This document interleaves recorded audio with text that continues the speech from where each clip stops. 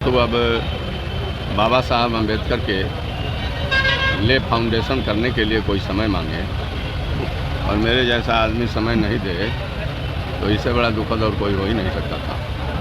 आप अपने माध्यम से क्या ऐसे जो उपद्रवी लोग हैं उन लोगों के लिए क्या कहिएगा? मैं उनको प्रणाम करता हूँ। यह कहना चाहता हूँ कि अपने आदत में सुधार लाइए।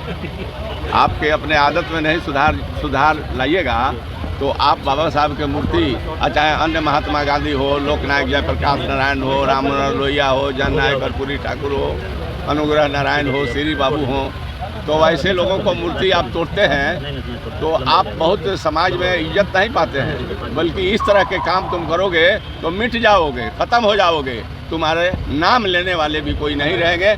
घृणा के दृष्टि से वैसे लोगों को समाज देखे।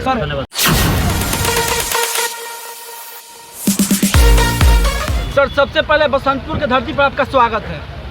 बहुत बहुत धन्यवाद। सर, यहाँ पर मूर्ति स्थापना हुआ बाबा साहब का, क्या कुछ कहेंगे उनके लिए? बसंतपुर के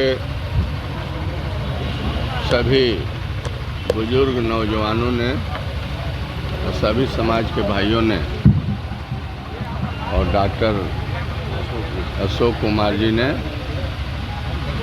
एक निर्णय लिया कि भारत रत्न, देश नहीं दुनिया के महान विद्वान, संविधान के रचयिता डॉक्टर बाबा साहब भीमराव अंबेडकर के आदमकद प्रतिमा का स्थापन यहाँ किया जाए। हमसे भी लोगों ने संपर्क किया, समय मांगा।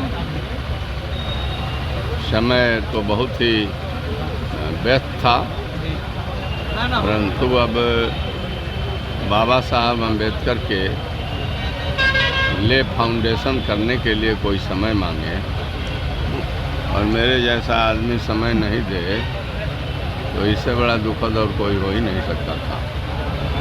इसलिए मैंने इन लोगों को बसंतपुर आने के लिए और बाबा साहब भीमराव अम्बेडकर की प्रतिमा स्थापित करने के लिए मैंने स्वीकृति दी और उसी कार्यक्रम के तहत मैं यहाँ उपस्थित हूँ। सर, आए दिन बाबा साहब की मूर्तियाँ क्यों तोड़ी जाती है? ऐसे कुछ विक्षिप्त मानसिकता के लोग हैं जो इस देश को मजबूत नहीं होने देना चाहते हैं। वैसे विचारधारा के लोगों की संख्या बहुत ज़्यादा नहीं है, कम है, और मूर्ति किसी को लगे तो ये लोग किसी जात के नहीं थे, ये सबके थे।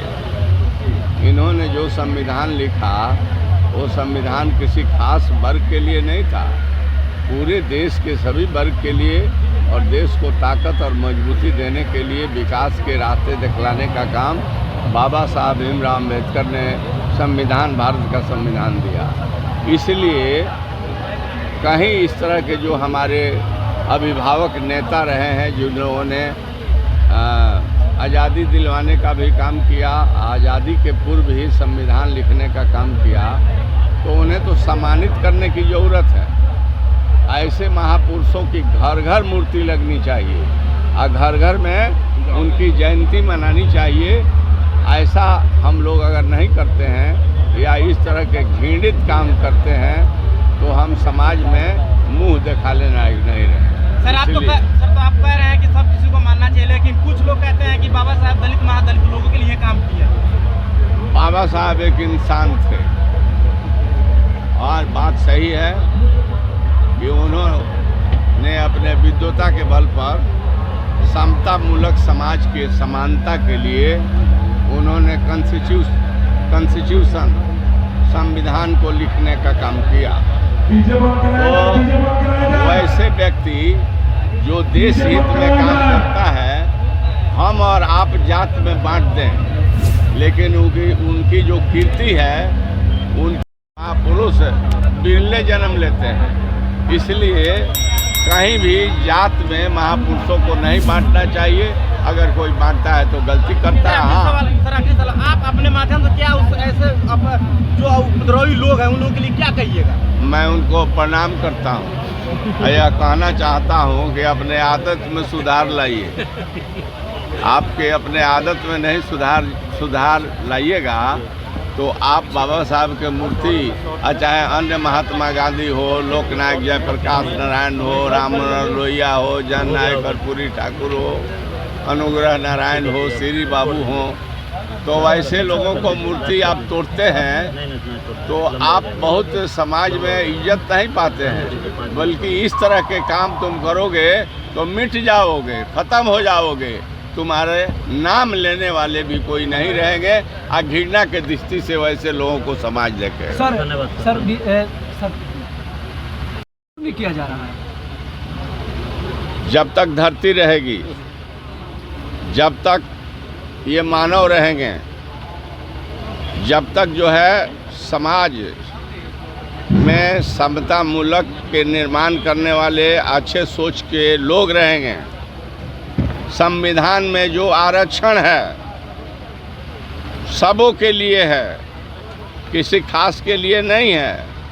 आरक्षण के प्रोविज़न संविधान के एक्ट में है, इसलिए उस आरक्षण को आप कितना हो माथा पटकिए, वह टूटने वाला नहीं है। और बाबा साहब के जो संविधान है इसको कोई छेड़ने छूने का काम करेगा तो ये देश के लोग बैठे नहीं रहेंगे। और आरक्षण हम और आप तोड़ नहीं सकते हैं। आरक्षण बिल्कुल अमीट है और संविधान कभी भी देश से संविधान को कोई ख़त्म नहीं कर सकता।